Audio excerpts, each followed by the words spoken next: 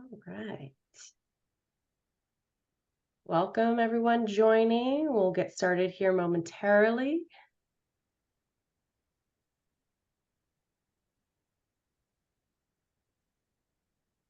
Give folks time to join.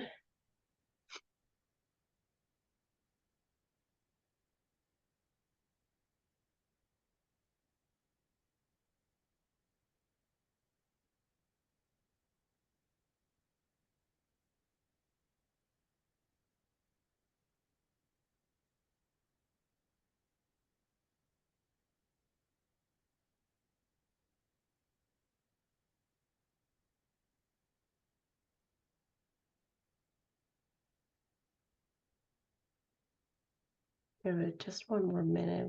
I see some more people coming in.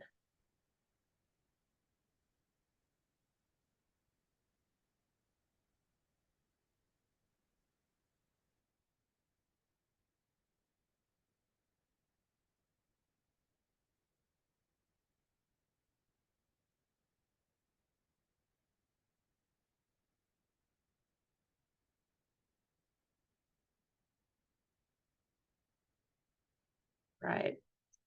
Why don't we go ahead and get started? Welcome everyone. Good morning, good afternoon, good evening, wherever you are. Thank you for joining us today and welcome to BPOC's Dreaming of webinar series with Dreaming of Building More Inclusive Art Collections. My name is Alex Cron and I am the Digital Operations and Collections Information Analyst for BPOC. And here with me today is BPOC CEO Nick Honeysett as my co-host.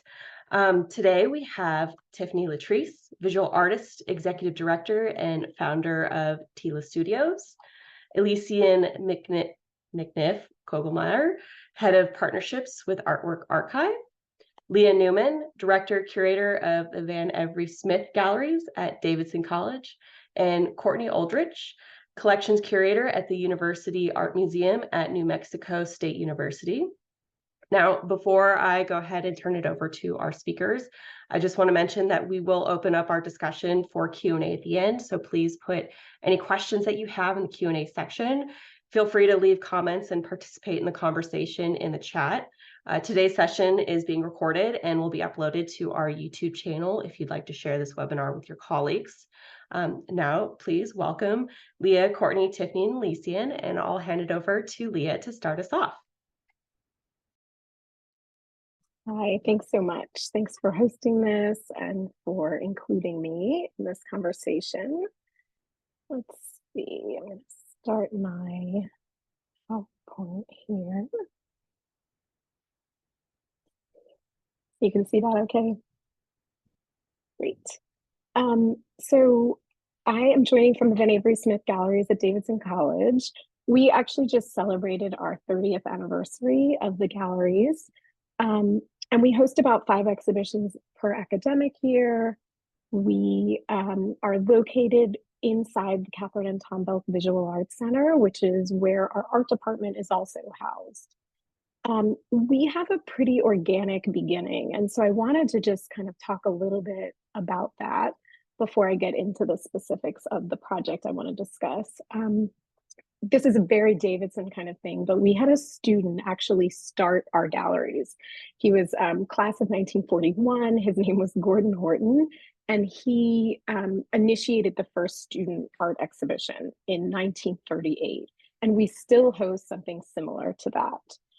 He also donated some funds to really start a gallery and a collection.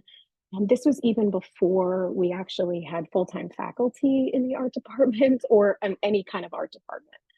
And so the faculty ended up being sort of stewards of a collection and a gallery, which was held, they were showing work throughout campus, and they were really thinking about purchasing things that worked for their teaching purposes. That meant that in 1953, we were collecting things that were inexpensive, like works on paper, editions, things that they could afford because they didn't really have a budget. And it also meant that we were, because the only real directive they had was to collect things that had a teaching purpose, they were mostly collecting works that were Western and Eurocentric, right? Those were the kinds of things that fit into their collection, into the teaching, into the courses. And I think that giving you that sort of organic background is kind of helpful because I think a lot of organizations started in that way. We were mostly relying on alums for donations of artwork. It's really hard to create a plan if you don't have pools of funds, right? And so I just think that's a little helpful background to start with. So this is kind of the makeup of our collection right now. Anywhere from 12 to 14 or 15% of the collection is on view at a time. We have about 4,200 works in the collection. You can see the numbers of printmaking and photography are really much higher. That kind of goes back again to that focus on editions, items that were a little more expensive, a little more affordable for the collection at the time. And most of the works are out on campus, curated through interns. We have a student lending program, an office lending program, and our galleries are primarily for temporary exhibitions. So this is kind of where 44 locations on campus is kind of at any one time where you see works from the collection. I started at the galleries in 2013. And at the time, a real focus for me was getting the whole collection online. We're a two-person staff, so that's a lot of work. But we just kind of made incremental, sort of slow progress for about 7 years. So we were photographing works in the collection, making sure all the metadata was accurate, just kind of slowly working towards it. And then I think, like a lot of people, 2020 and the pandemic kind of provided some new opportunities. We went home and we had to provide access, right? There were students and faculty that were using the collection and they suddenly, that access was cut off. And so we very quickly got everything that we have online through Artwork Archive. And I'll show you this slide. So we do use a different backend database, but we chose Artwork Archive because there were a lot of really good features for us. So you can kind of see we were on the homepage of our website. Now we're in this collection section. There's little categories that are embedded. And it really looks like you have not left our website. So it was seamless. It was easy to use. And we suddenly had some pandemic resources that allowed us to do this. One thing that we were really excited about was adding these kind of categories around artist identities and teaching areas that would help faculty, particularly faculty outside of our department, understand what was available for use. But we realized that we actually didn't have enough information about artists and their identities to actually make some of those categories. So we had started this demographic project, I would say around 2017. And then we really ramped it up in 2020 when we started getting everything online. For me, looking at things, exhibitions, programs, collecting through the lens of DEI has been really important from the beginning. But I think Davidson's commitment around 2017 kind of helped provide a framework. They had developed a commission on race and slavery and were really trying to understand our history. And it just, and some other initiatives that I think really let us dig a little bit deeper into these concerns. And then again, in 2020, as we were putting everything online, we realized we needed to really like ramp up this collection process. And I can talk more offline about the process that we used or later, but our gallery and collection coordinator at the time, Elizabeth Harry, really kind of helped us set those processes. So here is just a little bit of detail about what we learned. It was kind of what we knew. The collection, artists in the collection, about 68% of the artists identify as white. 70% identify as male, 21 female. We were pleased that there was 6% non-binary or artists that identified in other ways. And then there's always these categories of unknown where it was hard for us to get all the information. And I think there's another 61% American. And I think it's really great. And we really want to know the very specific details, these percentages. But really what we learned is it's mostly white, mostly male, right? So like the broad strokes, I think really are important.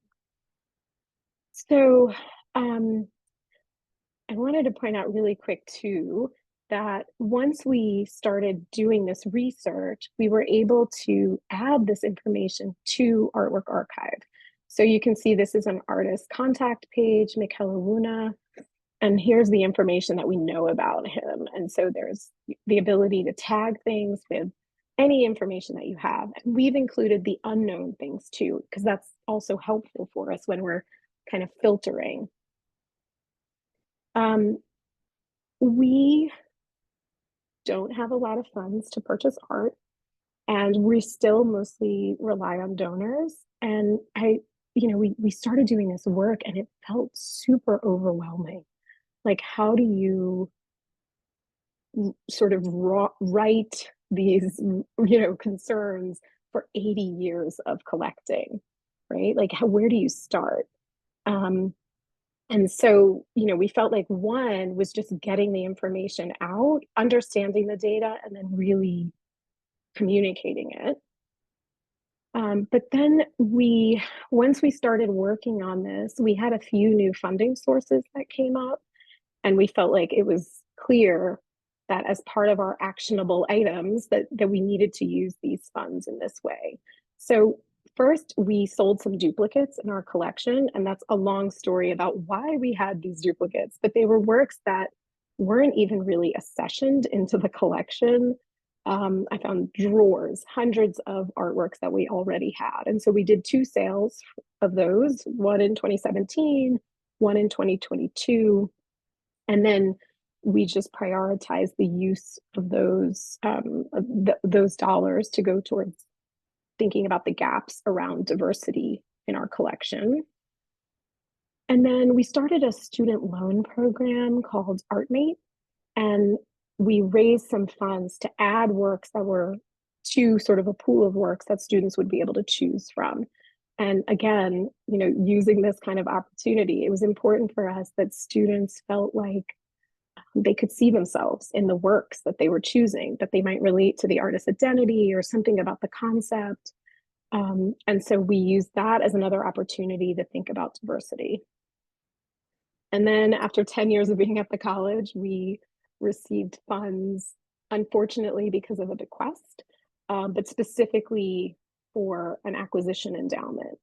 And so now we have this set pool of funds that we can really set aside each year for kind of focused purchases. And so we have decided to focus those purchases primarily on gaps in the collection. And that includes the diversity gaps I mentioned for the artists.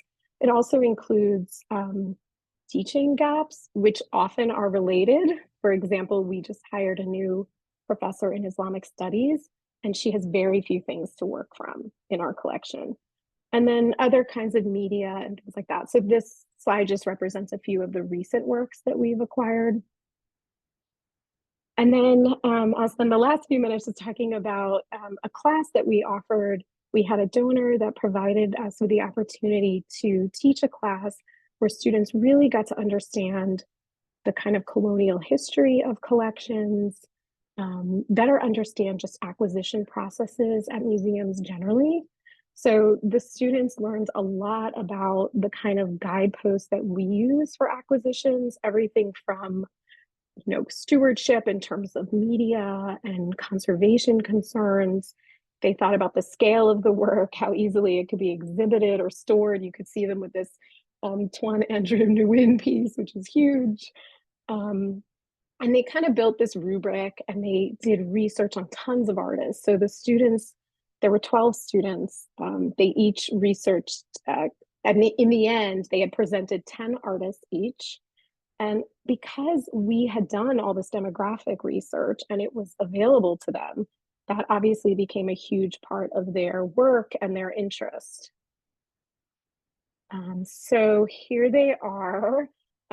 They basically, after they had done their research, they had to negotiate with each other, narrow down the pool of artists, and then make appointments with galleries in New York, learn what works were available by those artists. I think they ended up narrowing it down to seeing about works by about 12 artists. And then they had to negotiate with each other, which was probably the toughest part. Another part of the class was negotiating with the galleries. So they had to, negotiate on pricing and things like that, institutional discounts. And then they ultimately chose 3 works. So here are the works. William Villalongo's Float Like a Butterfly, Sting Like a Bee, with some details. They also chose this Wendy Red Star piece called The Last Thanks, which feels very appropriate right now. And then this Johanna Herr piece. I think what's really interesting is not only did they choose artists that fit the demographic interests of the collection, but a lot of the works were sort of around some of these concerns related to inclusion or belonging. I didn't have any veto power in the class, which was pretty difficult, but I think that they basically, they really came to understand and took the job really seriously, that they needed to pick works that reflected the goals and missions of the collection, that really did address the concerns that we had around diversity and other gaps in the collection. And then just my last slide here, they ended up curating an exhibition where they contextualized the works that they chose within other works in our collection in one of the kind of alternative spaces on campus. And this is an image, this is from Artwork Archive as well. So we use this exhibition feature where you can put all the works in, their statements, all the details about the artwork, the label text. And again, because it's embedded, it doesn't really feel like you've left our website. So it's a really easy way to just have the entire exhibition visible for folks. So we're teaching the class again in January, and it's been so popular and sort of interesting from donor standpoint that we actually will have double the budget for artwork purchases. So yeah, so a lot of enthusiasm for the class. So I think that's all I have. Thank you, Leah. That was amazing. I really especially loved how data informed your decision-making process was. Now we're going to go ahead and we're going to turn it over to Courtney.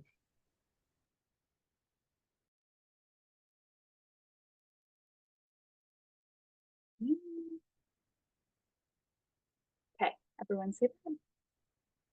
Okay, I am really excited to be here today to talk to everyone about our Mexican retablo collection here at New Mexico State University. Its history at the museum and how we are utilizing collections management softwares to support our goals for the future, and also a recent exhibition that kind of laid the groundwork for how we hope to continue to connect to our communities in new ways using our collections management system through artist residencies and commissioning of new artwork by contemporary Latinx, Hispanic, and Mexican artists in response to our collection. So I'd love to start by giving a little context about our museum to kind of better situate ourselves. I'm located here in southern New Mexico. We're about 45 minutes from El Paso, Texas, and just about an hour, depending on the border traffic, to Juarez, Mexico. We are the only contemporary art museum in southern New Mexico, and we are also unique, very similar. We have a very similar backstory to Leah, so it must align with university art museums. But most of who we serve, although that includes our Borderplex community, it also includes our art students, our museum studies students, and students across the university. We also are in a Hispanic majority region, where our significant Mexican retablo collection is really an important resource for our community, our students, and artists that are practicing in our region. We're a small institution. We have 3 full-time positions, and the rest of our staff is made up by students and grant-funded positions. In the 60-year history of our museum, there has never been a collections manager, and this position has always been filled by part-time contract people that were funded based on projects. However, in 2022, we received funding from the Mellon Foundation, which created my position, and I have been incredibly busy ever since then, trying to kind of catch up on decades of collections work. The first of which prioritizing our Mexican retablo collection. So the NMSU Art Museum is home to the largest collection of Mexican retablos in the United States, which are devotional images often produced on tin, either depicting santos or saints, or ex votos like the one that you see on the screen, which are narrative offerings of gratitude. Much of our collection is from the 19th century. However, there are still contemporary retablo makers producing retablos and ex votos in Mexico to this day. So in 2019, the University Art Museum moved into a brand new museum facility in Devis Valley Hall. And most importantly, in this new space, we now have a dedicated gallery space for the first time in the history of our retablo collection. And you'll see here, this is our storage space as well. This has not always been the case for this collection. The collection has historically been described by its long-term storage in the music department at the beginning of its time here. And it was stored in milk crates next to the tubas before it was moved to the art gallery at the time in the late 60s. And so for many decades, I'll, kind of counter juxtapose this beautiful photo of our storage facility now to where our retablos were being stored previously, on chicken wire in a back hallway in our one gallery space. And these are the only photos we have of that space, which was in the middle of our move to the new building. And so one of the biggest issues we had with this was that individuals would travel to come to see our collection with the expectation that because we had the largest collection of Mexican retablos, that they would likely be on display in some capacity, which was just not something that we could support at the time. And with over 2,000 objects in our collection, the collection had also never been properly inventoried, photographed, or integrated into any of our past collections management softwares. And so, like I said, we have a very similar story to Leah as well as to why we switched over to Artwork Archive in 2020, prioritizing getting our modern and contemporary collection online during the pandemic. But when we transferred over our database system in 2020, our retablo collection was really just not ready to be integrated. We didn't have photographs and we didn't have proper documentation. So I'll give an example of how not having our collection integrated into our collections management has continued to be an issue for us. We worked on this really exciting collaborative exhibition with the Museum of Russian Icons in Clinton, Massachusetts this previous year. We worked with a guest curator to develop this exhibition. And it was really tedious and time consuming for both of us to have to bring her here into our space every single time she wanted to see pieces from our collection to curate from. I didn't have photographs to provide her to do her research from home and to be able to select pieces from home. And then also, most concerning to myself, was that when we worked to pack up the pieces to travel to Massachusetts in the exhibition, this is the exhibition in Massachusetts, our previous database had incorrect or missing locations. And then we kind of realized what we always knew down deep was that we didn't have a true inventory, an accurate inventory of what our collection even holds. And that we realized that we kind of couldn't move forward with our larger goals for this collection until we knew what we had and we had a reliable database to support these initiatives.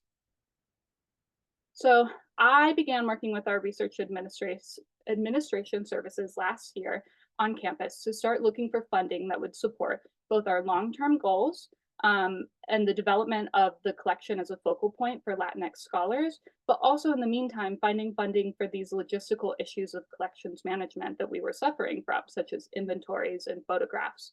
I have received funding internally from a seed grant from our university that is supporting a graduate assistant currently working on a complete inventory and getting the collection entirely online with updated photographs and provenance information.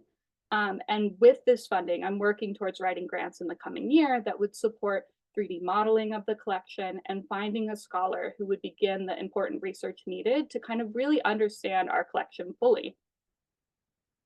This is our beautiful artwork archive page that shows some of the pieces that have started to get online, and I'll talk about these pieces and how they got online in a little bit. But it's really a first step in our long-term goal of the collection to be able to hire and secure funding for a Mexican retablo curator whose position would focus in a really holistic way and tie in direct collaborations with churches and artists in Mexico. Currently, the curating is being done by myself or outside curators, but it's a priority for us that the collection is being represented by someone whose research focuses on this type of artwork, and most importantly, that the collection is being presented by someone from within the community in which these pieces came from. And so I think that our retablo collection provides a really unique opportunity for us because we do house a modern and contemporary art collection. And like many museums, we've shifted our mission to reflect the importance of diversifying that collection to reflect our community. However, our retablo collection is something that we already have. It's culturally significant and it's really meaningful to our community. So the real question for us is how do we properly use the collection that we already have? And of course, it takes time, it takes people, and in our case, a new camera. But in comparison to getting long-term funding for a new position or something similar to that, it's a lot more attainable to us. And we feel, and we've heard from our community, that it's having an impact on the way that they interact with our collection. So really quickly, I'd love to talk about an example of how we have recently used our collections management software to support kind of recontextualizing the collection through the lens of contemporary artists. So this is an image from our 2022 exhibition, Contemporary Ex Photos, Devotion Beyond Medium, which was curated by Dr. Emanuel Ortega, the Marilyn Thomas Scholar and Assistant Professor in Art of the Spanish Americas at the University of Illinois, Chicago. We have an internal joke with him about the lengthiness of that title.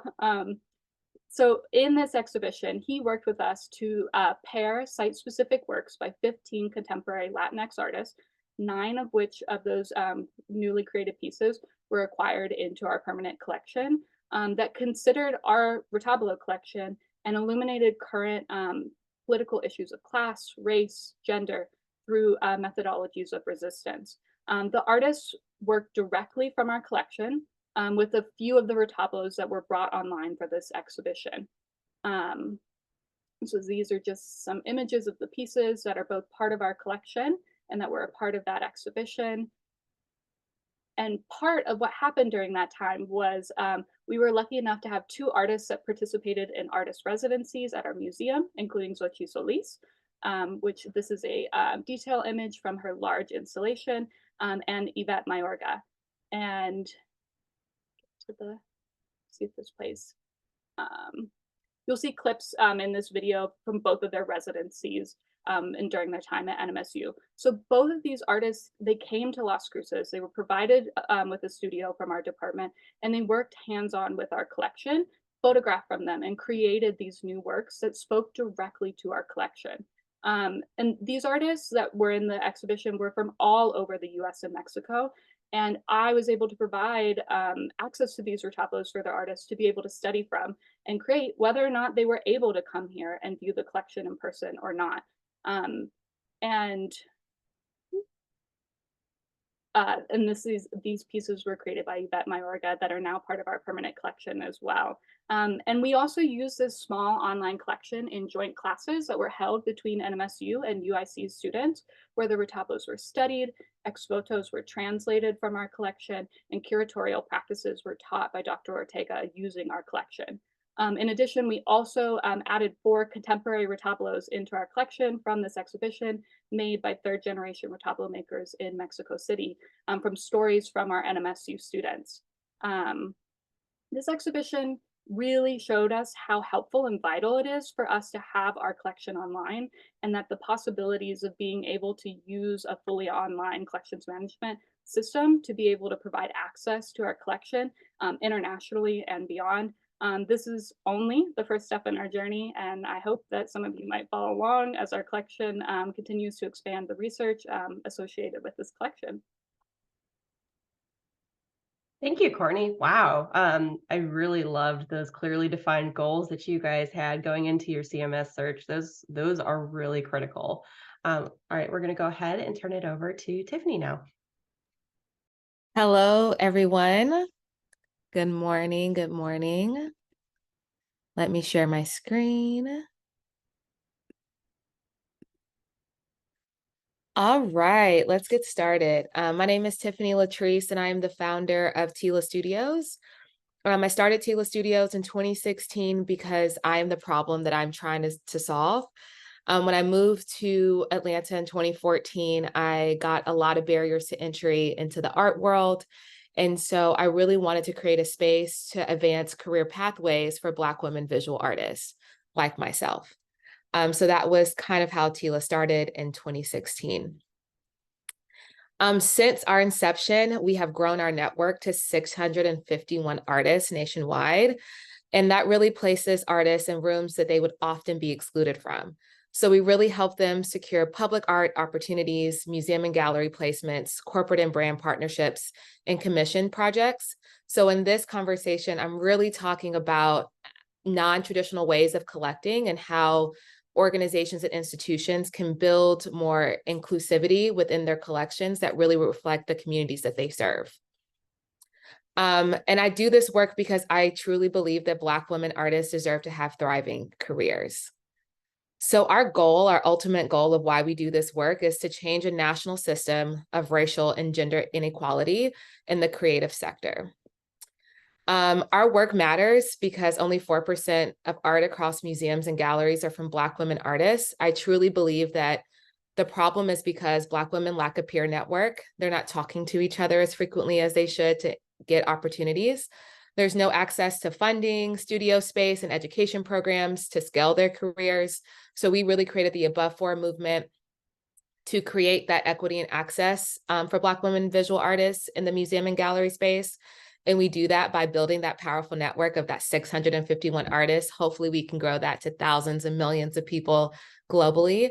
And we also create access to resources. So we have grants and opportunities and studio space so artists can have thriving careers. So our key focus areas of the work that we do is build community. We really want to dismantle the narrative that Black women artists don't exist. They do. So we create space to connect and foster community. In 2024, if you all are in Atlanta, we're headquartered in Atlanta, we're opening up a beautiful 1,000 square foot space in the heart of the city to convene Black women right across from the Museum of Contemporary Art, Georgia, which we hope will be a natural pipeline to fellowships and grants and opportunities to that institution. So really elevating the visibility of our work and the work of Black women. We also really focus on scaling our agency. So our agency is a global creative agency that produces impactful projects with care and intention while securing really high value contracts for Black women artists. And I'll go into that to really talk about how that agency is really disrupting and influencing how corporations and non-traditional spaces are collecting art by communities of color. And we also really focus on investing in Black artists. Like, we can't do this work if we're not actively investing in them. So we have a 15-month career development fellowship program that actually pipelines these artists into national fairs. We'll be at Future Fair in May of 2024, exhibiting 5 Black women visual artists as a part of our Garden Fellowship. So what TILA does is we try to foster non-traditional ways of acquiring and collecting to really reflect the communities that we serve. So we're in the heart of Atlanta, the heart of the civil rights movement. Our work in our institutions and our restaurants should always reflect the community that we serve. So one example that I really want to talk about today is our corporate acquisitions and permanent collections project that we work with. So one project that we had this year was Domain Capital. They're a private investment firm. They're right across the street from the High Museum. The High Museum doesn't really have the best collecting practices of, serving a Black community. And so when we were asked to curate their private collection, I came to them and I was like, well, what are your intentions? You're in the heart of the city. There there's so many things that you could do. You could work with the High Museum or you can work with us. Why do you want to work with us? And they were like, well, our clients are TV and production companies. They mostly hire, you know, Black talent, and we want our walls to reflect that as well. And so when we did it, you know, anytime we partner with a company, it's not just, hey, let's put art on your walls. It's like, how are we bringing the community to you? So if you see right below, we brought the artist in for an artist talk where the C-suite team was able to connect and meet with the artist and actually collect the artist. We didn't just, you know, have the company acquire the artwork either. We had them take on what we call a double commission. So the artwork that exhibits on the wall, technically employees can acquire, as well as so any commission that we make on the back end from that transaction sale goes to replenish the fund to acquire new work by Black artists to replace the wall.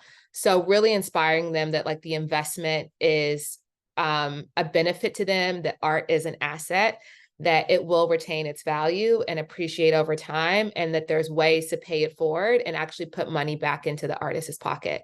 And so we really try to like foster these ways of connection, and that you may think a Black artist looks a certain way, but they look in so many different ways and they show up in different ways. And I think in the art that they produce is different as well.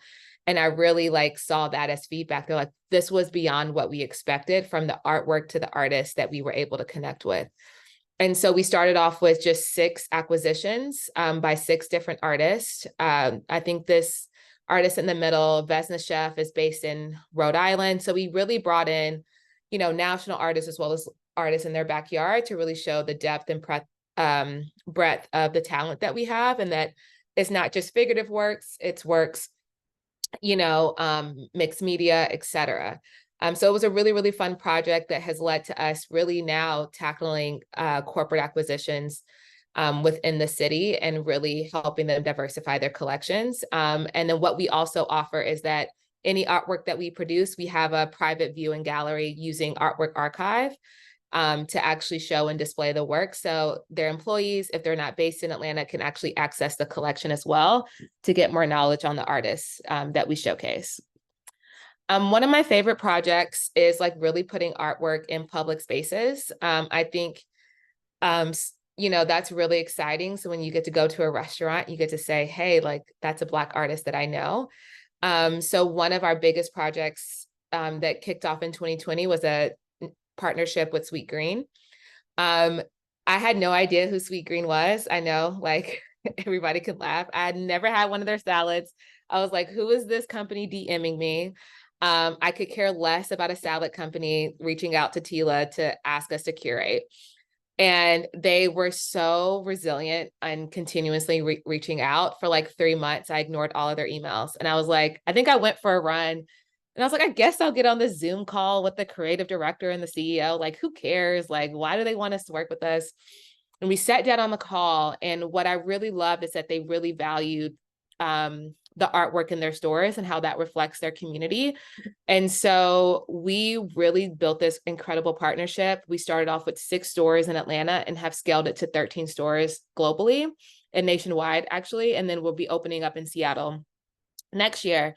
And something that we did differently with our Sweet Green partnership is that we made sure that the artist always was at the forefront in their voice and that the artwork was truly reflective of their practice. And so we made sure that each artist got a sweet talk, got to connect with the employees.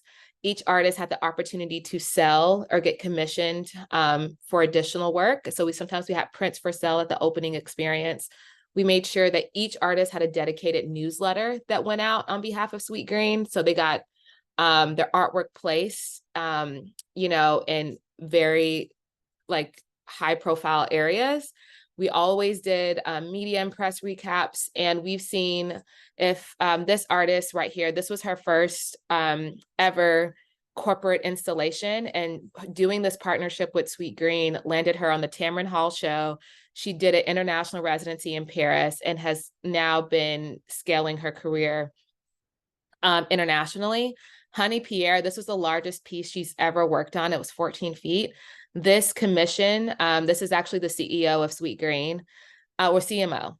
I think, yeah, Nick, CMO of Sweet Green, and largest piece. This led her to like 2 more commissions in the Community Foundation of Greater Atlanta in Georgia. So she got 2 more pieces acquired. And then she became a full-time artist, and now she's doing a solo show at UTA, United Talent Agency, in February. So like these moments, by giving them high value contracts, they're getting paid for their work, and now they're getting high visibility of scale, and now they're getting like, oh, you can do that? Oh, what can you do for me? You know, so it's really exciting to see how these projects translates into other opportunities for the artists that we serve. And Nika is just a dope designer. This was like a 20-foot wall that we did 16 posters, 4 different colorways. And it's a vinyl installation that canvassed the whole wall. And she's now gone on to do commission for books. She did a installation with Patagonia. And she also transitioned into a full-time artist after being commissioned into this job. So really, it's really about putting artists in spaces that they would often be looked, and then seeing where their career goes, because sometimes all you need is one opportunity to really make a difference. And something that's also been really cool that we've been working on is thinking outside the box, like artists who really want to do like public work or be commissioned for large scale installations. Alex Wavani was a 2019 Garden Fellow. She wanted to work outside the traditional gallery model, and she's an incredible fabricator and sculptor. So we worked on this year 2 awards with her, and she's actually now about to do the Venice Biennial next summer, just from the work that we've been able to do with her and get her commission. This is, you can see the small mock-ups of the awards in the different colorway. This is the picture of her is like her holding the mold, and this is how it translated into a physical award that will live on forever. So really thinking about ways to present artwork and get visibility to artists that often wouldn't otherwise have it. And so when I think about non-traditional collecting practices and acquisition, I really feel like it fosters the following. I think it builds confidence in artists. Like it's that opportunity, that window for really just to thrive. I also really believe that it exposes the artist to new audiences and potential collectors. A lot of times these one opportunities can lead to so many more opportunities down the road. I also think it really provides income for artists to create new and ambitious works at scale. So take For Honey at Existence, doing that first piece at 14 feet, now scaling her work to 20 feet and beyond to solo shows. I also think it creates opportunities for other artists. So I think, you know, thinking about the double commission projects that we do with the corporations who have these permanent collections, allowing them to invest in the artists and acquire their work, and then use that commission to acquire new additional works, it gets to pay it forward. And then it also allows the opportunity to archive and document of the value of artwork. So leveraging, you know, the collection management systems like Artwork Archive, where we have those private galleries, or we have, you know, we really show the journey of the artist through each project. I really think that it, you know, increases the value and just shows the worth of the artists that we support in our community. So I just highlighted those work samples that you see. The team really is me and the director of creative operations, Aisha White, who's based out of DC. And so she really runs our national global projects, and then me kind of at the helm, you know, kind of as the visionary. So I love doing the work that I do. I really feel like it's a large case study just for the way organizations can move forward. And I look forward to any questions that you all have at the end of this. But thank you so much for your time. Wow. Thank you, Tiffany. I am in awe of your work, and you have really driven home just how important yours, Leah's, and Courtney's work is. Now, last but certainly not least, I'm going to turn it over to Elysian. Thank you. I'm just taking a moment because I have the pleasure of working with Courtney and Leah and Tiffany through my work at Artwork Archive. So I'm head of partnerships. And I've had the joy of seeing you all bring your collections online and thinking about creating more inclusive collections, but I'm learning a lot more just from this presentation. So congrats to you all. As I said earlier, I'm with Artwork Archive. We've mentioned it a bit in the presentation. We are an online art collection management system, and we are used by artists and collectors and collecting institutions all over the world. So museums, academic institutions, foundations, archives. But today I'm here to talk to you about hospitals and creating more inclusive collections within hospitals. I am the daughter of an art therapist. I used to run a public art program. My son is medically complex. So we are frequent flyers at Children's Hospital, Colorado, down the road I'm based out of Denver. And I'm also a board member for the National Organization of Arts and Health. So putting on the Arts and Health Hospital hat today, and I'm sharing my screen to show you some wonderful exhibitions that have been curated by our arts coordinator, Jasmine Chu at the Children's Hospital, Colorado. And switching it up a little bit, I'm going to share the exhibitions, but then I'm also going to share some testimonials that we have heard from the audiences, the communities that have been engaging with the shows. A lot of what has been shared today is the importance of ensuring that we are bringing out works that are reflective of the communities that are engaging with them, having people feel seen, both the artists and those that are consuming the works of art. And so a great theme today about being thoughtful about the communities that we serve.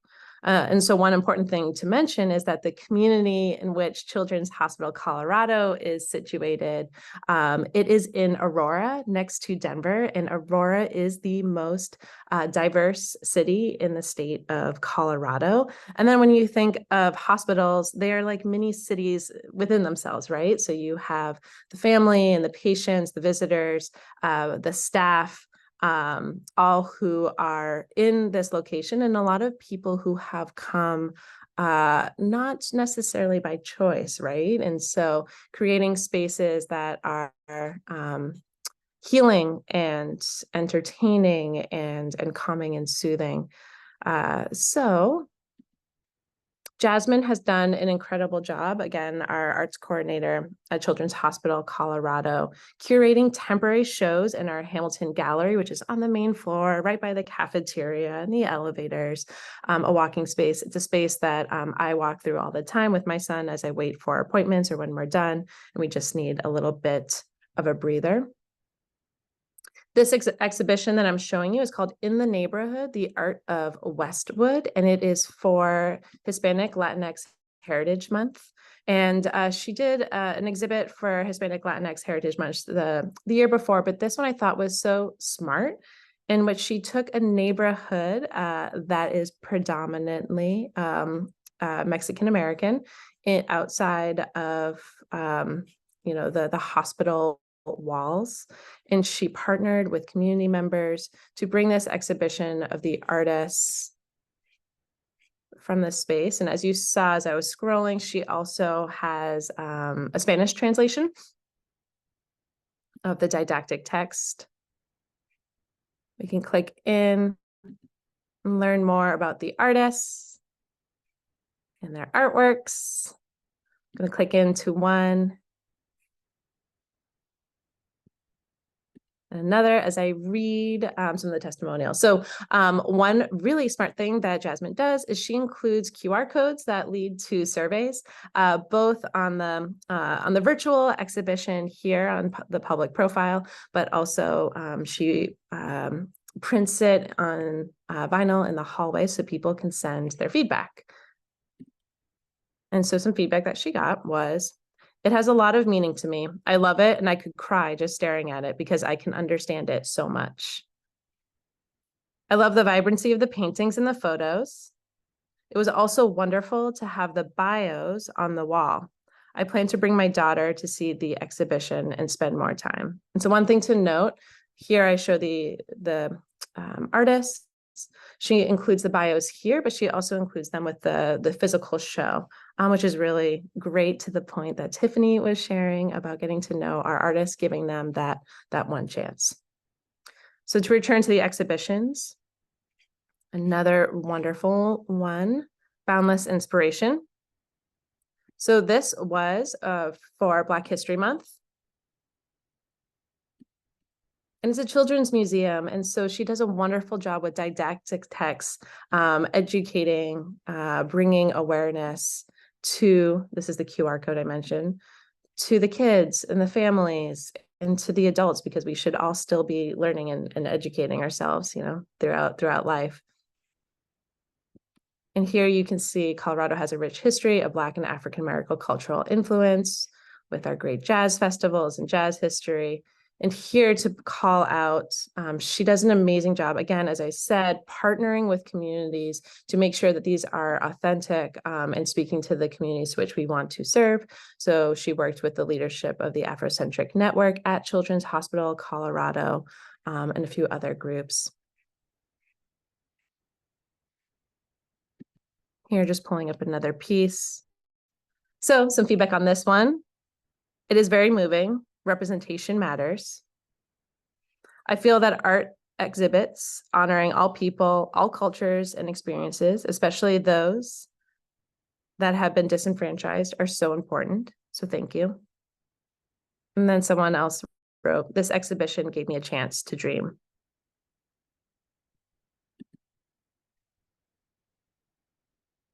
I mentioned there was another exhibition for our Hispanic Latinx month, and it was El Poder de la Familia. And a response on this one was, it makes me feel like my community matters. Thank you for giving a space to Latino artists. I love the exposure to all Children's Hospital this creates. And I just love that, this is coming from a hospital collection, right? This is not a museum or institution. It's, a place that would otherwise not be, expected to have such great outreach, education, connection to the community. And here is a wonderful exhibition, the first of its kind that I have seen in my work. I've, been working with museums for 10 plus years, public art programs, and this was a Pride exhibition.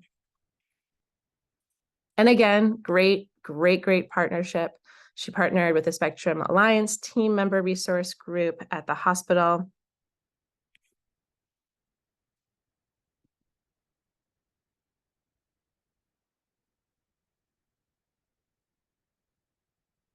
Love Shawnee B's vibrant works. And so a testimonial from this show. As a queer person, this representation matters to myself, my kid, and our community famously. It means so much to many of our patients and their families to have this represented. And the clear and education and strong advocacy of the written words throughout the exhibit felt supportive of the art, the artists, our team members, and the children we serve. And so one last thing to leave on that I love is that to Leah's point earlier about providing funds and building more inclusive collections with purchases, thoughtful purchases. We set a ground rule, a framework within our collections policy that from every temporary show, we are going to acquire a work of art from the show. And so as she continues to produce these wonderfully diverse exhibitions, we continue to patron our local amazing artists and bring in more inclusive works into the collection. And I just realized I might not have said this earlier in my intro, but I'm on the art selection committee for Children's Hospital Colorado, which is one of the reasons why I know this intimately well. They use Artwork Archive, but also I have the joy of working with this collection quite closely and putting together these shows with Jasmine and our other partners and teammates. And so that was Children's Hospital Colorado. Thank you, Alicia. And these were all such excellent presentations. I'm really impressed by your work that you're all doing. Why don't we go ahead and move to questions from attendees? We have one so far, slightly off topic, but those of you who are putting collections online, are you not having issues with copyright?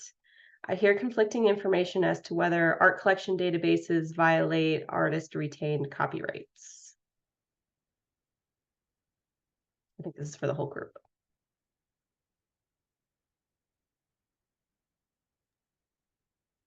I'm happy to put our policy, what we include on our website. I'll put that in the chat. But our understanding has been that being an educational institution, we don't claim that we have the copyright. We know that we don't, but folks are not able to download images from our website. So we've put it out there. We've occasionally had an artist contact us and ask that the image not be included on the website, and we just make those adjustments. But we're standing behind our educational institution.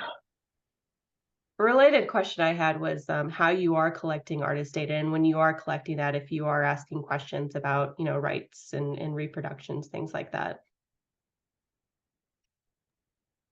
We are, I don't know about other folks. We put the living survey, the survey for living artists in the chat. If we're able to contact living artists, we're asking them those questions. We're asking for headshots if we can get them, and those conversations have been really great because artists identify themselves, which sometimes makes it difficult to make pie charts if someone, uses a particular language or word for their, I mentioned Wendy Red Star is Apsalica. Other artists might use Crow. And so it makes it a little challenging in that way, but we want artists to be able to identify themselves and retain that data. But we do, we've had artists say, like, please don't put my image, or I just want to follow up. One of the great uses that I've seen of Artwork Archive, or just using an art collection management system in general, is that you can make note of that. And within Artwork Archive, your entire collection is not made public automatically. You select which artworks, what pieces of information. And then on our end at Artwork Archive, Leah mentioned, we disable right-click, when sharing artworks online, it's at 72 DPI, so that a high-res, images can't be taken from the internet. But it is also the rights of the artists, whether or not they want their work shown online. And so if they're contemporary artists and you have that information, you can note that and make sure that it's not visible. Thank you. Hopefully that answered Elizabeth's question. While we're waiting for other questions from the audience, I had another question for you, Leah. I hope you don't mind. Could you talk a bit more about how Artwork Archive supports loaning to students? I love that you guys are doing that. Yeah, so we have a collection category that's shows all of the works that are available for loan. So students often will come prepared with their selections. They might make a short list of works that they're interested in. So all of the works are available online. I don't know if you remember the photo from the display, but it's really tight. There's over 120 something works that we kind of jam into the gallery salon style. And so we don't have label information with all of the works. We actually have a numbering system, and we direct people to the Artwork Archive site, to the collection, so they can actually get all of the information about the artworks and the artists. So that's one way that we've been using it for. And then of course the designations, right? So using Artwork Archive to designate works that, for particular programs, and the locations where everything is. So it works just like the other database that we use, but in this is the public facing database. Thank you, Leah. Nick, you got any questions? Any burning questions? I do not, except huge thanks for everybody. This was fascinating. Tiffany, the work you're doing is amazing. It really is. And how you've grown it so from nothing to 650 and clearly on an upward trend. That's fantastic. Very inspiring. Thank you so much. Don't ignore random emails from corporations going forward. I have a bad habit of doing that, but it's okay. Yeah, thank you so much. We do have a couple minutes left if you have any questions for each other. I know we had talked about that a little bit too. In case anyone hasn't seen Leah's comment in the chat, she's written that their copyright statement is at the bottom of the collection page that Elysian posted in the chat. I don't know why it wouldn't let me cut and paste it, so I just I don't know why. Thank you both for that. Really appreciate your time today, everybody. This was really great. Now, BPOC will be back with another episode.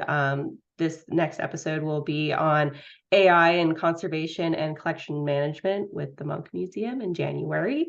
We will post more information about that session in the coming weeks. Happy holidays, everyone, and I hope you have a great week. Thank you all for joining us today. We'll see you next time. Thanks, Alex. Thanks, everyone. It was a pleasure. All right, take care. Bye. Thank you.